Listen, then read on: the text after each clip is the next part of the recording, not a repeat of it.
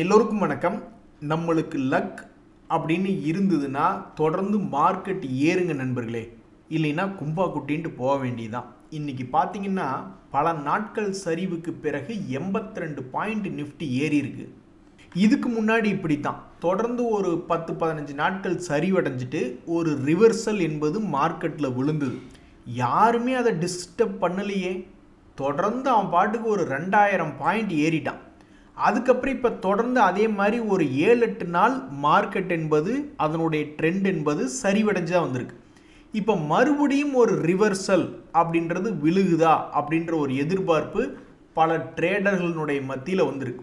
ஒருவேளை இது உண்மையிலேயே ஒரு ரிவர்சல் அப்படின்ற மாதிரி ஒரு லக் பை சான்ஸ் அதிர்ஷ்டத்தின் மூலியமாக இப்போ வந்திருக்கக்கூடிய ரிவர்சலை யாரும் டிஸ்டர்ப் பண்ணாமல் மறுபடியும் ஒரு 2000 பாயிண்ட் ஏற்றி விட்டாங்கன்னா நம்மளுக்கு சந்தோஷமாக தான் இருக்கும். நிஃப்டியை பொறுத்த வரைக்கும் 27,500 28,000 போச்சுன்னா நல்லா தான் இருக்கும். ஆனால் அதுக்கு யாராவது விடுவாங்களா அப்படின்ற ஒரு கேள்வி நம்மளுக்கு பின்னாடியே வந்துக்கிட்டு இருக்குது. எது எப்படியோ லாஸ்ட் டைம் தொடர்ந்து சரிவடைந்த பிறகு ஒரு ரிவர்சல் விழுந்து 2000 பாயிண்ட் ஏறிச்சு. இப்போவும் தொடர்ந்து ஒரு 7-8 நாளாக சரிவு. அதுக்கப்புறம் இன்னைக்கு ஒரு 85 பாயிண்ட் ஏறினதுனால லேஸாக திரும்பி உள்ளதனால் பல ட்ரேடர்கள் ஒரு ரிவர்சல் உழுகாதா, இந்த தடவையும் யாரும் நம்மளை டிஸ்டர்ப் பண்ணாமல் விட்டு ஒரு 27,500 போகாதா அப்படின்றதான் பல பேர்த்தினோட எதிர்பார்ப்பு. எது எப்படியோ நம்ம தேங்க்யூ அப்படின்னு சொல்கிறது யாருக்குன்னா இந்த 50 டேஸ் மூவிங் ஆவரேஜுக்கு தான். எப்படி ஒரு வீரன் மாதிரி ஒரு சப்போர்ட் கொடுத்து எப்படி ஷார்ப்பாக நிஃப்டி அந்த இடத்துல டச் பண்ணிவிட்டு அதுக்கும் கீழே சரிவடையாமல் காப்பாற்றப்பட்டிருக்கு. So we thank you for the 50 days moving average. நண்பர்களே, எனக்கு என்னமோ இந்த மாதத்துக்குள்ளேயோ அல்லது அடுத்த மாதத்துக்குள்ளேயோ இந்தியாவுக்கும் அமெரிக்காவுக்கும் ஏதோ ஒரு ட்ரேட் டீல் நடந்துருமோ அப்படின்னு டவுட்டாகவே இருக்குது. அதாவது முன்னாள் ஆர்பிஐ கவர்னர் திரு ரகுராம் ராஜன் அவர்கள் என்ன சொல்கிறாரு அப்படின்னு பார்த்தீங்கன்னா, நான் யாருடைய புண்ணுலையும் கொண்டு வந்து உப்பை தடவி விட விரும்பலை. அதாவது நம்ம ஊரில் சொல்லுவாங்க இல்லையா, வெந்த புண்ணில் வேலை பாய்ச்ச விரும்பலை. 20 வருஷமாக அமெரிக்காவும் இந்தியாவும் நெருங்கி வந்துக்கிட்டே இருக்குது. நம்ம நட்பு நாடுகள், அதிபர்களுக்கு இடையில் பெரிய ஆளுகளுக்கு இடையில் ஃப்ரெண்ட்ஷிப் இருக்குதுன்னு நம்ம சொல்லிக்கிறோம். இருந்தாலும் ஏன் நம்மளுக்கு 50% டேரிஃப் போட்டுட்டு பாகிஸ்தானுக்கு 19% போடணும்? நம்ம எதுக்கு அமெரிக்காவை நம்பணும்? கடந்த முறை ஒரு சண்டை வார் வந்தப்போ கூட அந்த அமெரிக்கா பாகிஸ்தான் பக்கம்தான் 1971 சமயத்தில் வார் வந்தப்போ அவங்க கூட தான் நின்றுச்சு. ஸோ அமெரிக்கா அன்ட்ரஸ்ட்வர்த்தி அப்படின்ற மாதிரி சொல்கிறாரு. சில நாட்களுக்கு முன்னாடி என்ன சொன்னார்னா, இந்த ஜப்பான் ஒத்துக்கிட்ட மாதிரி மற்ற சில நாடுகள் ஒத்துக்கிட்ட மாதிரி கோடிக்கணக்கான பணத்தை கொண்டே அமெரிக்காவில் முதலீடு பண்ணுறோம் அப்படின்ற மாதிரி பெரிய ப்ராமிஸ் எதுவும் பண்ணிடாதீங்க அப்படின்னு ஒரு வார்த்தை சொல்லியிருந்தார். நம்மளுக்கு ஒரு 20% பக்கம் டேரிஃப்னாலும் நம்மளுக்கு ஓகே தான், அந்த ஒரு நெகோசியேஷன் கிடைச்சா கூட ஓகே தான் அப்படின்ற மாதிரி சொல்லியிருந்தார். மறுபடியும் இப்போ சில நாட்கள்லேயே இந்த மாதிரி ஃப்ரெண்ட்ஷிப் வச்சு என்ன பலன், நமக்கு அவன் இன்னும் எதுவுமே குறைக்கலையே அப்படின்ற மாதிரியும் சொல்கிறாரு. அப்போ இந்தியாவுக்கும் அமெரிக்காவுக்கும் இடையில ஏதோ ஒரு ட்ரேட் டீல் என்பது ஆல்மோஸ்ட் கிட்டத்தட்ட முடிவாயிடுச்சா என்ன? இதை பற்றி அப்டேட் என்ன? டேரிஃப் என்ன ஆக போகுது அப்படின்றது இந்தியாவுக்கு அமெரிக்காவுக்கு மட்டும்தான் ஒரு சிதம்பர ரகசியமாகவே இருந்துக்கிட்டு இருக்குது. சைனா கூட அப்படி இப்படின்னு ஆகிப்போச்சு, எல்லாமே ஆகிப்போச்சு. பட் இருந்தாலும் இந்த ட்ரேட் டீல் மிக முக்கியமான விஷயம். நம்மளுக்கு சாதகமாக்கிது டக்குன்னு இன்னும் ஒரு மாதம் 2 மாதத்துக்குள்ளே வந்துருமா அப்படின்ற ஒரு எதிர்பார்ப்பு வருது. அதாவது நண்பர்களே, ஏற்கனவே யாரும் தொந்தரவு பண்ணாமல் 2000 பாயிண்ட் நம்ம நிஃப்டி ஏறி இருக்கு. ஒருவேளை இந்தியாவுக்கும் அமெரிக்காவுக்கும் இடையில ட்ரேட் டீல் இது நடந்து ஷேர் மார்க்கெட்டில் ஏதாவது ஒரு மாற்றம் வருமா, அல்லது கீழே ஏதோ ஒரு பக்கம் ஒரு 2000-3000 பாயிண்ட் மாற்றக்கூடிய ஒரு விஷயம் வருமா அப்படின்றது தெரியல. பட் இப்போதைக்கு இந்த அமெரிக்காவுக்கும் இந்தியாவுக்கும் இடையில் இருக்கக்கூடிய ட்ரேட் டீல் பற்றி நிறைய பெரிய தலைகள், முன்னாள் பெரிய தலைகள், இந்நாள் பெரிய தலைகள் பேச ஆரம்பிச்சிருக்காங்க. ஸோ இந்த வருஷத்துக்குள்ளே ஏதோ ஒரு சம்பவம் இருக்குதா, அது ஷேர் மார்க்கெட்டில் பெருசாக ஏதாவது ஒரு டிஃப்ரென்ஸ் கொண்டு வருமா அப்படின்றதான் இப்போ ட்ரேடர்களுடைய எதிர்பார்ப்பு. நண்பர்களே, இப்போதைக்கு ஷேர் மார்க்கெட்டில் பல செக்டர்களில் பல பேர் சிக்கியிருக்கிறோம். மீண்டு வர முடியாத சூழ்நிலையில் ஏதாவது ஒரு செக்டர் வந்து உருப்படியாக மேலேருந்து இறங்கினாலும் திரும்பி மேலே ஏறி அந்த மாதிரி ஏதாவது செக்டர் இருக்கா அப்படின்னு சமீபத்தில் தேடிக்கிட்டு இருக்கும் பொழுது இந்த டிஃபென்ஸ் செக்டர் அப்படின்றது மட்டும்தான் பெருசாக சமீபத்தில் ஏறினா அப்புறம் தொப்புன்னு கீழே விழுந்தா அப்புறம் மறுபடியும் மேல் நோக்கி ஏறி வந்தால் அப்புறம் மறுபடியும் இப்படி வால்டிலிட்டியாக ட்ரேட் ஆகி கொண்டு இருக்கக்கூடியதில் இந்த டிஃபென்ஸ் செக்டர் அப்படின்றது இருக்குது. அப்படி இருக்கக்கூடிய டிஃபென்ஸ் செக்டரில் அந்த செக்டரில் இருக்கக்கூடிய இன்னொரு முன்னணி கம்பெனிக்கு மிகப்பெரிய ஒரு ஆர்டர் 792 கோடி மதிப்பிலான ஆர்டர் கிடைச்சிருக்கு அப்படின்ற ஒரு தகவல் வருது. ஸோ டிஃபென்ஸ் செக்டருக்கு இது ஒரு பூஸ்டாக அமையுமா? பிஎல் அப்படின்ற ஷேர் கூட பாருங்கள் முதல்ல கடும் சரிவு இந்த வருஷத்திலே 2025லேயே ஆல்மோஸ்ட் 300 ரூபாயிலிருந்து 240 ரூபாய்ன்னு வந்தான். எதுக்கு கீழே இறங்கினது? எதுக்கு மறுபடி திருப்பி ஹெவியாக மேலே ஏறுறதுக்கு தான். 400 ரூபா வரைக்கும் போனான். அப்புறம் மறுபடியும் 360 ரூபா வந்தான். அப்புறம் மறுபடியும் இப்போ 416ன்னு தான் இழந்த இடத்த மீட்டெடுத்து ட்ரேட் ஆகிட்டு இருக்கு. ஸோ பாரத் எலக்ட்ரானிக்ஸுக்கு இப்போ ஒரு மிகப்பெரிய ஒரு ஆர்டர் கிடைச்சிருக்கக்கூடிய நேரத்தில் இன்னும் பல பங்குகள், ஒரு உதாரணத்துக்கு இந்த ஜிஆர்எஸ்சி அப்படின்ற பங்கு, அந்த பங்கு இன்னும் தன்னுடைய பழைய ஹையை மீட்டெடுக்கவில்லை. இதுக்கு முன்னாடி இதே 2025ல் தன்னுடைய பழைய ஹையில் மீட்டெடுக்க முடியாமல் கடும் சரிவில் இருந்தால் 2025ல் ஆல்மோஸ்ட் 1200 இங்கே 3200 இங்கே போயிட்டு மறுபடியும் சரிவடைஞ்சிட்டான். அப்போ மூன்றாவது முறையாக ஒரு முறை ஏறி ஒரு ரவுண்டு போயிட்டு வந்துட்டா, ரெண்டாவது ரவுண்டு போயிட்டு அடுத்தது மூன்றாவது ரவுண்டாக இன்னொரு ஏதாவது ஒரு புதிய உச்சத்துக்கு இது போகுமா? டிஃபென்ஸ் பங்குகளில் மறுபடியும் ஏதாவது எழுச்சி வருமா அப்படின்ற ஒரு கேள்வி மார்க்கெட்டில் போய்கிட்டு இருக்கு. நண்பர்களே, இந்திய ஷேர் மார்க்கெட்லேயே வரலாறு என்பது மாறிடுச்சு. எஃப்ஐஎஸ் ஃபாரினர்ஸ்னுடைய ஹோல்டிங்கை விடவும் நம்மளுடைய மியூச்சுவல் ஃபண்டுகளுடைய ஹோல்டிங் என்பது மார்க்கெட்டில் அதிகமாக போய்கிட்டே இருக்கு.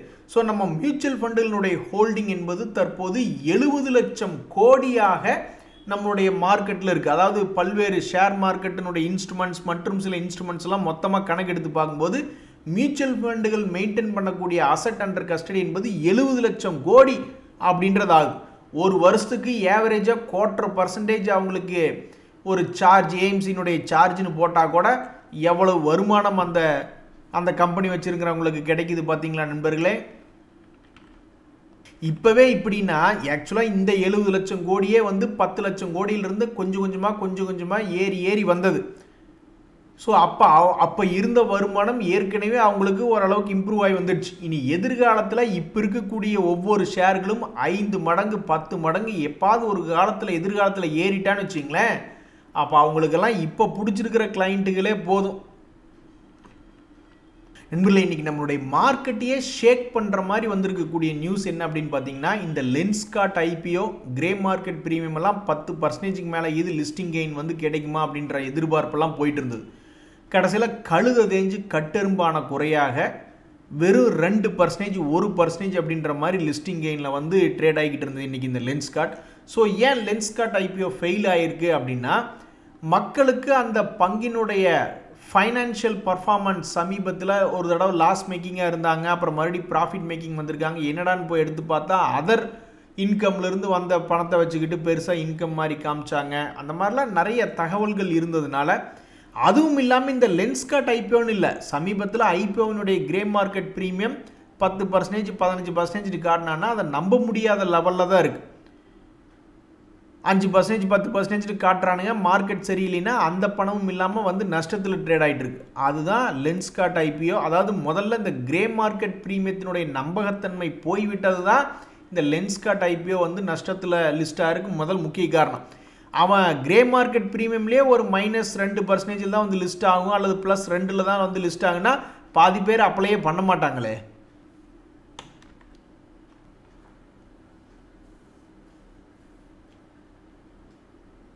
நண்பர்களே, 2 சுவாரஸ்யமான தகவல்கள் படிச்சுக்கிட்டு இருந்தேன். அதனால் அதை முதல்ல முடிச்சுட்டு மற்ற செய்திகளுக்கு போயிடலாம் அப்படின்னு. அதாவது நம்மளுடைய மெட்ராஸ் ஹைகோர்ட் வந்து என்ன சொல்கிறாங்கன்னா, இந்த கிரிப்டோ கரன்சியில் ஒரு பொசிஷன் ஒருத்தர் வச்சுருக்காருன்னா அதுவும் ஒரு சொத்து தான், அதுவும் ஒரு ப்ராப்பர்ட்டி தான் அப்படின்ற மாதிரி ஒரு தீர்ப்பு கொடுத்துருக்காங்க. இதனால் என்ன ஆகுதுன்னா, ஒரு உதாரணத்துக்கு உங்களுடைய வீடு இருக்குது, நிலம் இருக்குது, அல்லது வண்டி வாகனம்னு ஏதோ ஒன்று இருக்குது, அது உங்களுடைய சொத்து தானே. அது யாராவது சேதப்படுத்துகிறாங்க அப்படின்னா அப்போ கவர்மெண்ட்டிட்ட போலீஸில் போய் புகார் பண்ணால் அதுக்கு ஏதாவது ஒரு அதை பாதுகாக்கிறக்கோ அல்லது அதுக்கு ஒரு இழப்பீடோ பண்ண முடியும் தானே. இந்த கிரிப்டோ கரன்சியில் அடிக்கடி என்ன பண்ணுறானு, ஹேக்கிங் பண்ணி இருக்கிற அக்கௌண்ட்டையே ஜீரோ பண்ணி விட்றானு, ஏதோ ஒன்று பண்ணுறானு. அப்போ கிரிப்டோ கரன்சி ஒரு சொத்தாக இனி நம்மளுடைய நாடு பார்க்க ஆரம்பிச்சிட்டாங்கன்னா அப்போ அதுக்குண்டான பாதுகாப்பும் சட்டத்துக்குள்ளே வருது அப்படின்ற ஒரு மிக முக்கியமான ஒரு தகவல் ஒன்று நான் படிச்சுக்கிட்டு இருந்தேன். இது போக இன்னொரு மிக முக்கியமான தகவல், என்ஆர்ஐகள். இப்போ நான் வந்து வெளிநாட்டில் வேலை பார்த்துக்கிட்டு இருக்கையில் நான் அங்கே வாங்குகிற சம்பளத்துக்கு அங்கே டேக்ஸ் என்பது இல்லை. ஒரு வேட் அப்படின்றது மட்டும் இருக்கும். வேட் அது வந்து சில பொருட்களை வாங்கும் போது இருக்குன்னு வச்சுங்க. அப்போ அந்த பணத்தை அங்கிருந்து இங்கே இந்தியாவினுடைய என்னுடைய அக்கௌண்ட்டுக்கு டிரான்ஸ்ஃபர் பண்ணும் பொழுது அது ஐடி நம்ம ஃபைல் பண்ணுறோம். பட் அதுக்கு வந்து இன்கம் டேக்ஸ் என்பது இல்லை. அதுக்கப்புறம் அதன் மூலியமாக ஏதாவது சொத்துக்களை வாங்கிட்டு இந்தியாவில் அது ஏதாவது ஒரு ரெவென்யூ ஜென்ரேட் பண்ணுதுன்னா அப்புறம் அதுக்கு இன்கம் டேக்ஸ் வந்துடும். இதில் இன்னொரு விஷயம் என்ன படிச்சுக்கிட்டு இருந்தேன் அப்படின்னா, இந்த என்ஆர்ஐகள் வந்து கிஃப்டாக தங்களுடைய சொந்தக்காரங்களுக்கு, அப்பா அம்மாவுக்கோ அல்லது ஏதோ ஒரு ரிலேட்டிவ் ஒய்ஃபுக்கு அப்படி இப்படின்னு நம்ம பணம் கொடுக்குறோன்னு வச்சுங்களேன், அதுக்கு டேக்ஸ் இல்லை அப்படின்ற மாதிரி ஒரு தகவல் ஒன்று படிச்சுக்கிட்டு இருந்தேன். இது தெரியாமல் ஃப்ளைட்டில் 2-3 தடவை டிக்கெட் எடுத்துகிட்டு வந்துட்டேனேப்பா அப்படின்ற மாதிரி இப்படி ஒரு தகவல் ஒன்று படிச்சுக்கிட்டு இருந்தேன்.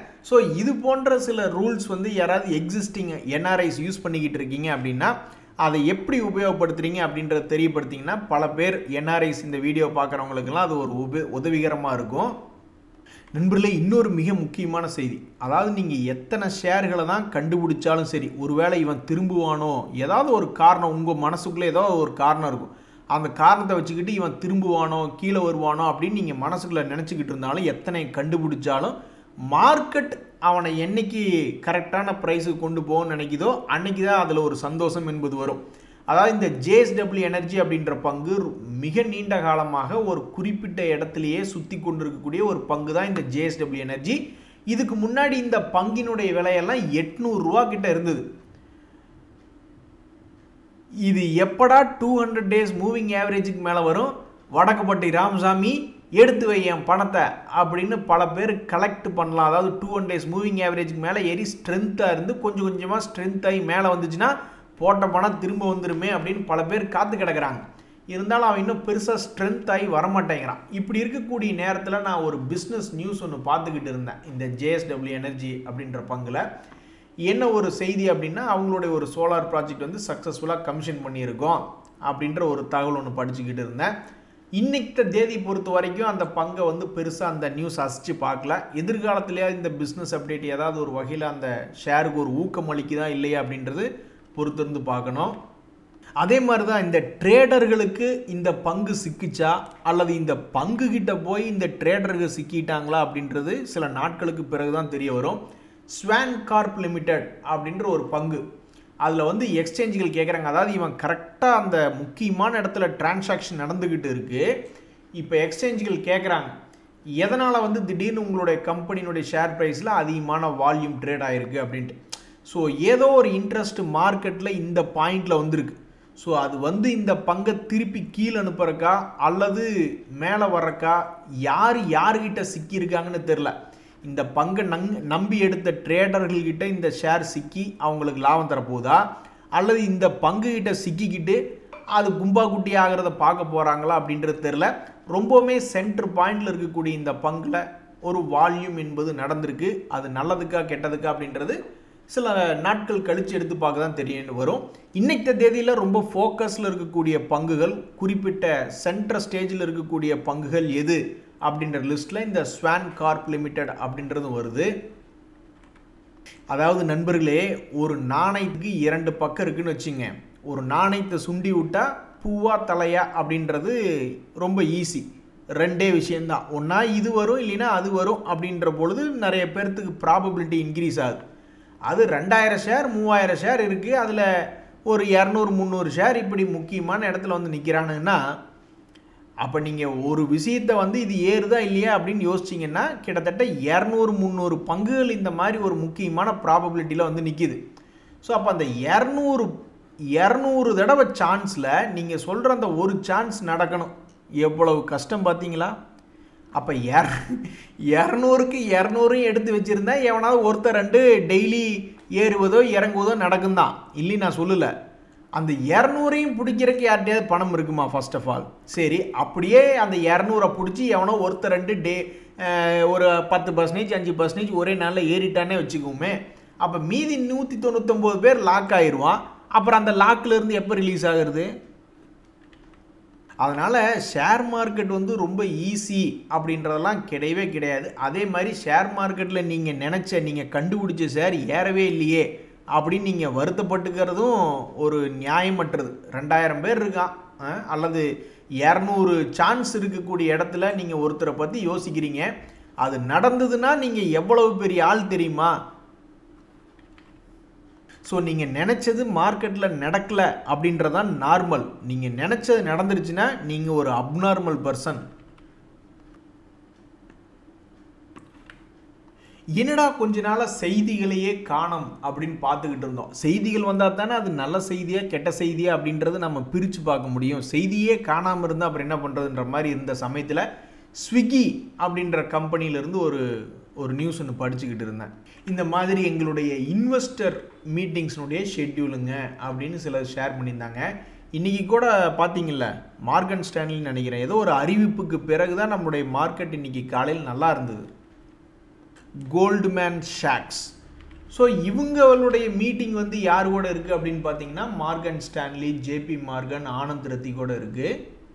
இந்த நேரத்தில் ஸ்விக்கி அப்படின்ற பங்கு லிஸ்ட் ஆனதுலேருந்து என்னத்தை சாதிச்சிருக்கான் அப்படின்னு பார்த்தீங்கன்னா 400 to 600 50% ஏறி இருக்கான்.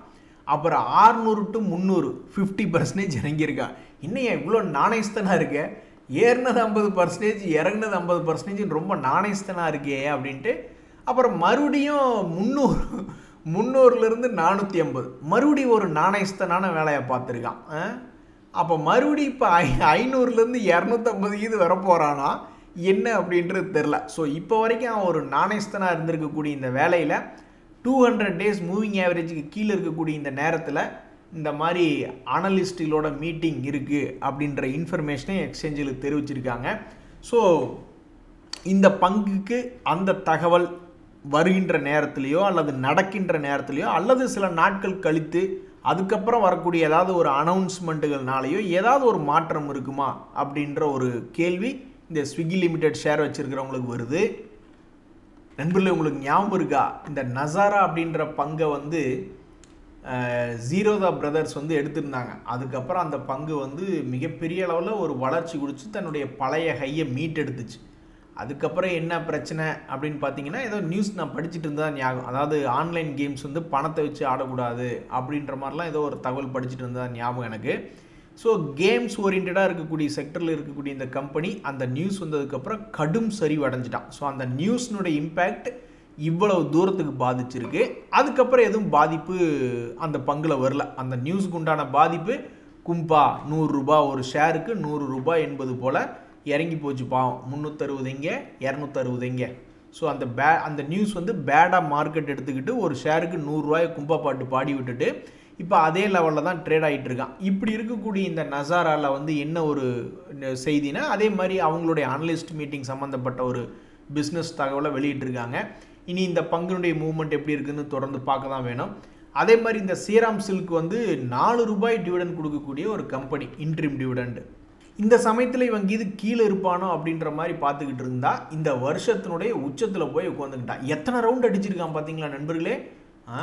இவன் இந்த பங்கை வந்து கரெக்டாக விளையாட தெரிஞ்சவங்களுக்கு எத்தனை ரவுண்டு அடித்து கொடுத்துருக்கான் பாருங்கள். ஒரு ரவுண்டு கரெக்டாக லோலேருந்து ஹைன்னு 2025 தொடக்க காலத்திலே 4 ரவுண்டு அடிச்சிருக்கான். அப்புறம் 5வது ரவுண்டு ஏமாற்றிட்டான். இப்போ அவன் யார் இந்த 4 ரவுண்டை பார்த்துட்டு 5வது ரவுண்டுக்கு ஆசையாக உள்ளே போயிருந்துருப்பாங்க, அவங்கள ஏமாற்றிட்டு ஒரு லோ ஒன்று செட் பண்ணியிருக்கான். இந்த லோ செட் பண்ணதுக்கப்புறம் மறுபடியும் அதே லோக்கு வந்துட்டு ஏறி இருந்தால் சரி பரவாயில்ல அப்படின்னு நம்ம நினச்சிருக்கலாம். இது ஒரு கன்றாவியான பேட்டர்ன் அப்படின்ற மாதிரி முதல்ல ஒரு கோட்டுக்குள்ளே வாழ்ந்துக்கிட்டு இருந்தவன் அப்புறம் கீழே போயிட்டு ஒரு உருப்படியான ஒரு லெவலே அவன் செட் பண்ணல, மறுபடியும் ஏறி ஒரு மாதிரி ட்ரேட் ஆகிருக்கு. ஸோ இது கண்ணா பின்னான்னு ட்ரேட் ஆகிட்டான். என்னைய போட்டு வீட்டம்மா கண்ணா பின்னான்னு அடிச்சாடா அப்படின்றதுக்கு ஒரு உதாரணம் ஷேர் மார்க்கெட்டில் சொல்லணும் அப்படின்னா, கண்ணா பின்னான்னு ஏறி இறங்கியிருக்காண்டா ஒரே வருஷத்துலேன்னா அது இந்த ஸ்ரீராம் சில்க் மில்ஸும் ஒன்று. அப்படி இருக்கக்கூடிய பங்கில் ரொம்பவுமே அந்த ஷேர் ஹோல்டர்ஸ் பெருமைப்பட்டு கொள்ளும்படியாக 4 ரூபாய்கள் அவன் டிவிடெண்ட் கொடுக்குறான், இன்ட்ரீம் டிவிடெண்ட். ஸோ டிவிடெண்ட் கொடுக்கக்கூடிய கம்பெனிகள் என்னைக்காவது ஒரு நாள் தன்னுடைய வாழ்நாளில் பழைய ஹையை கீது எட்டி பிடிப்பானா அப்படின்றதுக்கு இந்த பிபிசிஎல், ஐஓசிஎல், சிஎஸ்சி அப்படின்னு எத்தனையோ பங்குகள் உதாரணம் இருக்குது. ஒரு உதாரணத்துக்கு இந்த கேஸ்ட்ரால் இந்தியா அப்படின்ற பங்கு கூட இந்த 2025 தொடக்கத்தில் தன்னுடைய பழைய ஹையை மீட்டெடுக்க வந்தான். ஏதோ ஒரு காரணத்தினால அவனால் சக்ஸஸ் பண்ண முடியல. ஸோ தொடர்ந்து கீழே தான் பாவம் அவனும் சுற்றிக்கிட்டு இருக்கான். இனி அந்த பங்கும் இதே மாதிரி இந்த சியரா மில்க்ஸ் மாதிரி 50 ரூபாய் மேலே ஏற போகிறதா அல்லது 50 ரூபாய் கீழே இறங்க போகுதா அப்படின்னு யாருக்கும் தெரியாது. ஆனால் டிவிடெண்ட் கொடுக்கக்கூடிய பங்குகள் எப்பாவது ஒரு தடவை லோவில் இருக்கிறதும் எப்பாவது ஒரு தடவை ஹையில் இருக்கிறதும் நிறைய ட்ரேடர்கள் வாட்ச் பண்ணிக்கிட்டு தான் இருக்காங்க. இந்த என்பிசிசி இந்தியாலையும் ஒரு பிஸ்னஸ் அப்டேட் ஒன்று பார்த்துக்கிட்டு இருந்தேன். அவங்க இந்த மாதிரி ஒரு மெமரண்டம் ஆஃப் அண்டர்ஸ்டாண்டிங் ஒன்று போட்டிருக்காங்க அப்படின்னு. ரொம்பவும் வாலட்டிலிட்டியான பங்கு தான் இந்த என்பிசிசி இந்தியா. இந்த வருஷத்திலேயே பல முறை இறங்குவதும் ஏறுவதுமாக இருந்து கொண்டு இருந்த பங்கு அடுத்தது தன்னுடைய மூவ்மெண்ட்டை எந்த பக்கம் வைக்க போகிறான், கீழே மறுபடியும் ஒரு 60 ரூபா பக்கம் கீது வரப்போகிறானா அல்லது தன்னுடைய பழைய கை 150, 200 தாண்டி போக போகுதா அப்படின்றத பொறுத்து இருந்தால் பார்க்கணும். ஸோ ரொம்ப வாலட்டிலிட்டியாக இருக்கக்கூடிய பங்கில் நியூஸ் வந்திருக்கு அப்படின்ற பங்கில் இந்த என்பிசிசி இந்தியா அப்படின்றதும் வருது. ஏதோ ஒரு சம்பவம் லோடிங் அமெரிக்காவுக்கு இந்தியாவுக்கு இடையில ஒரு ட்ரேட் டீல் இந்த வருஷத்துக்குள்ளே அப்படின்றதான் பல ட்ரேடர்களுடைய உள்ளுணர்வு சொல்லிக்கிட்டு இருக்குது. ஏன்னா அது ரிலேட்டடாக தான் பல பெரிய தலைங்கள் பேசிக்கிட்டு இருக்காங்க. அப்போ ஏதோ அதில் ஒரு பெரிய நியூஸ் வருதா அப்படின்றதான் எதிர்பார்ப்பு. நன்றி, வணக்கம்.